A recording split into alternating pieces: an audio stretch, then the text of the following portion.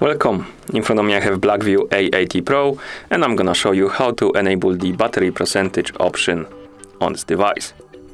First, we need to open the settings. To do it, swipe left on the screen to go to the next page and tap on the settings icon. In settings, let's select the battery option, and here we have battery percentage. And we can enable this option by tapping this slider next to it, like this. And as you can see right here, on the battery icon, the percentage appeared.